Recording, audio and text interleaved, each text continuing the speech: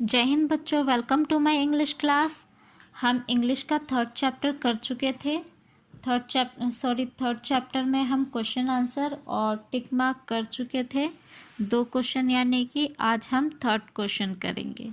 ठीक है, तो थर्ड क्वेश्चन है, given below is a list of common human illness.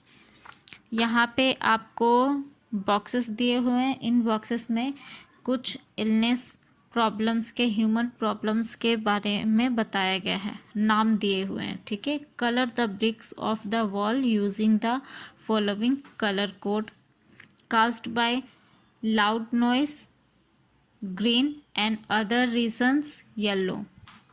यहाँ पे बॉक्सेस में आपको इलनेस के नेम दिए हुए हैं। जो बीमारी, जो प्रॉब्लम लाउड यानी नॉइस से, शोर शराबे से होता है, उसे आपको किस कलर से कलर करना है? ग्रीन। और जो दूसरे रीज़न से होती है ये जो प्रॉब्लम, उन्हें हमें येलो से करना है, उस पर आपको येलो कलर करना है। तो मैंने यहाँ पे करके बताया हुआ है। देखिए, हेडेक। हेडेक जब बहुत ज़्यादा शोर होता है, नॉइस होता है, तब हेडेक हो जाता है ना। अगला है कफ। कफ नॉइस की वजह से नहीं होता, इसके दूसरे रीजंस होते हैं।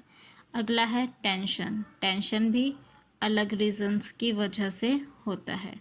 अब हाई ब्लड प्रेशर। ठीक है ना, हाई ब्लड प्रेशर नॉइस की वजह से भी हो जाता है और अदर प्रॉब्लम की वजह से भी हो जाता है। हार्ट डिजीज़ यानी दिल की बीमारी। दिल की बीमारी में नॉइस का कोई काम नहीं होता, ये अदर प्रॉब्लम से होता है, इसलिए इसे येलो से कलर किया है। अगला है हेयर लॉस। थर्ड वाली लाइन में देखेंगे, हेयर लॉस यानी बालों का गिरना। ठीक है, तो ये भी दूसरे रीज़न की वजह से होता है। अगला है डिफनेस यानी कि बहरापन। ठीक है, बहुत ज़्यादा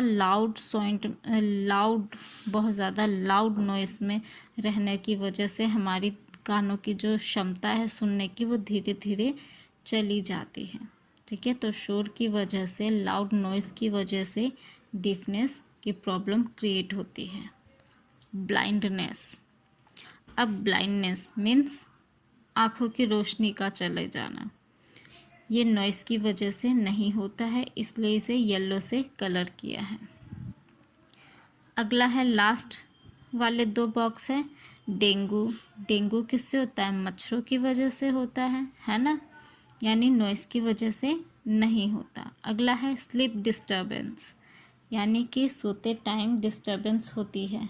किस वजह से होती है सोते टाइम डिस्टर्बेंस? शोर की वजह से। अगर कोई सो रहा है और आप ज़ोर ज़ोर से बातें करेंगे, चिल्लाएंगे, शोर शराबा करेंगे, तो क्या है? डिस्टर्बेंस क्रिएट होती है। ठीक है, इसलिए इसको ग्रीन कलर से कलर किया है। अगला क्वेश्चन हम कर लेते हैं। अगला क्वेश्चन है 4th क्वेश्चन में क्या करना है आपको? Who said and to whom. क्या बोला है यहाँ पे? ABCDE, ये 5 आपको लाइनें दिए हुए हैं, आपके चैप्टर से ही दिया हुआ है, और वो सेंटेंस आपको बताना है कि ये जो वर्ड्स है, ये सेंटेंस है, किसने बोला है और किसके लिए बोला है, किसको बोला है। ठीक है, तो स्टार्ट करते हैं। ए है, this kind of noise causes disturbance. ये कौन बोल रहा है? This kind of noise causes disturbance. ये किसने कहा इस स्टोरी में, इस चैप्टर में? मदर ने कहा, है ना। मदर ने कहा, और किससे कहा? बच्चों से, यानी चिल्ड्रन।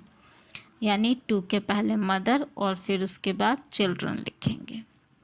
बी है, स्टॉप क्वारलिंग विल यू। ठीक है, ये किसने बोला? ग्रैनी ने बोला। ग्रैनी ने कहा था ना चैप्टर में। ठीक है, और किसको? चिल्ड्रन को। चिल्ड्रन शोर मचा रहे थे, तो उनके लिए कहा। अब अगला है C, loud noise is so unpleasant.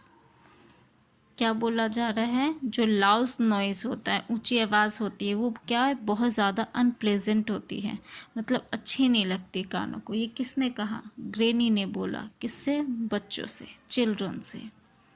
अगला है D, but they do not understand. किसने बोला, जब ये सी वाली लाइन जो है, loud noise is so unpleasant, ठीक है, जब ग्रैनी ये वाली लाइन बोलती है तो उसके बाद ये वाली लाइन बोली जाती है ना, but they do not understand. कौन कहता है, मदर कहती है, बच्चों की मदर कहती है कि ये लोग लेकिन इस बात को नहीं समझते। और ये मदर किनको बोलती है, अम्मा को, ठीक है। जो ग्रैनी है वो क्या है, मदर की अम्मा है। ई है, we did not mean to wake up you. क्या है, हमारा मतलब आपको जगाने से नहीं था। किसने कहा, अंकित ने कहा। किसको कहा, ग्रैनी को कहा, ठीक है, ग्रैनी से कहा अंकित ने, ठीक है। अब हम अगला क्वेश्चन भी कर लेते हैं। हम लास्ट क्वेश्चन ये करेंगे अब। क्वेश्चन क्या है, क्वेश्चन 5। क्वेश्चन 5 में आपको क्या करना है, देखिए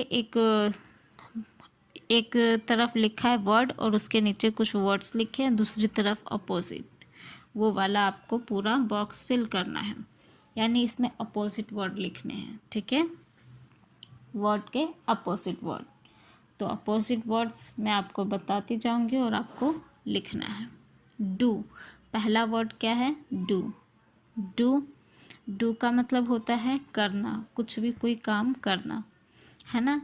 तो डू का अपोजिट क्या होगा, स्पॉइल, यानी बिगाड़ देना, ठीक है। डू का अपोजिट क्या होगा, स्पॉइल। अगला वर्ड है हैप्पी। हैप्पी का आप सबको पता है ना, हैप्पी का सबको पता है, यानी खुश होना। तो खुश का उल्टा क्या होगा, दुखी होना, यानी खुश नहीं होना। तो इसका क्या होगा अपोजिट, अनहैप्पी। सैड भी लिख सकते हैं, ठीक है। हैप्पी का अपोजिट अनहैप्पी। अगला है एबल। एबल का अपोजिट होगा वीक, ठीक है। एबल मीन्स लायक, जो कुछ करने के लायक हो, ठीक है। और वीक, वीक मीन्स कमज़ोर, जो नहीं कर सकता कुछ, ठीक है। अब अगला है टाइडी। टाइडी का अपोजिट होगा मैसी, ठीक है। टाइडी मीन्स स्वच्छ भी होता है, तो इसलिए इसको अपोजिट कर देंगे मैसी, ठीक है। अगला है सेफ। सेफ का अनसेफ पता ही आपको। अगला है वांटेड, WANTED, वांटेड। वांटेड का हो जाएगा अनवांटेड, ठीक है। वांटेड मतलब जिसे चाहते हैं हम, ठीक है। अनवांटेड मतलब अनचाहा, जिसे हम नहीं चाहते। अगला है नेसेसरी। नेसेसरी मीन्स क्या होता है, बहुत ज़रूरी, जो ज़रूरी है, बहुत ज़रूरी है। तो इसका उल्टा क्या हो जाएगा अपोजिट, ऑप्शनल, यानी कि इनकी ज़्यादा ज़रूरत नहीं, ऑप्शनल है, नहीं भी होगा तो भी चलेगा। अगला है प्लेजेंट। प्लेजेंट का अपोजिट आप सबको पता है, अनप्लेजेंट, ठीक है। प्लेजेंट का अनप्लेजेंट। तो इस तरह से आपका ये चैप्टर भी फिनिश हो जाता है। और अगला क्वेश्चन है 6, एक्टिविटी है ये आपकी, और इसे मैं आपको होमवर्क में दे रही हूँ। इसे आपको खुद करना है, ठीक है। मैं बता देती हूँ इसमें क्या करना है, कैसे करना है। क्वेश्चन है, there are many unwanted sounds around us. हमारे आसपास बहुत सारे अनवांटेड साउंड होते हैं जिसे हम नहीं चाहते, जो हमें अच्छी नहीं लगती, उसे हम कहते हैं अनवांटेड, जिसे की ज़रूरत नहीं होती है, okay. Identify 4 such sounds and write them in the given boxes. आपको उन अनवांटेड साउंड में से 4 साउंड्स आइडेंटिफाई करनी है, पहचाननी है कि 4 कौन से ऐसे साउंड है जो आपको अच्छी नहीं लगती, जिनकी ज़रूरत नहीं होती है, ठीक है। उनको आप 4 नेम, यहाँ 4 बॉक्स दिए हुए हैं, ठीक है। 4 बॉक्स गिवन है ब्लैंक। इन 4 बॉक्स में चार अनवांटेड साउंड के आपको नाम लिखने हैं। ये आपका होमवर्क है, ठीक है बच्चों। तो इसे आप करेंगे, ये चैप्टर आपका कंप्लीट हुआ। ओके बच्चों, जय हिंद बच्चों।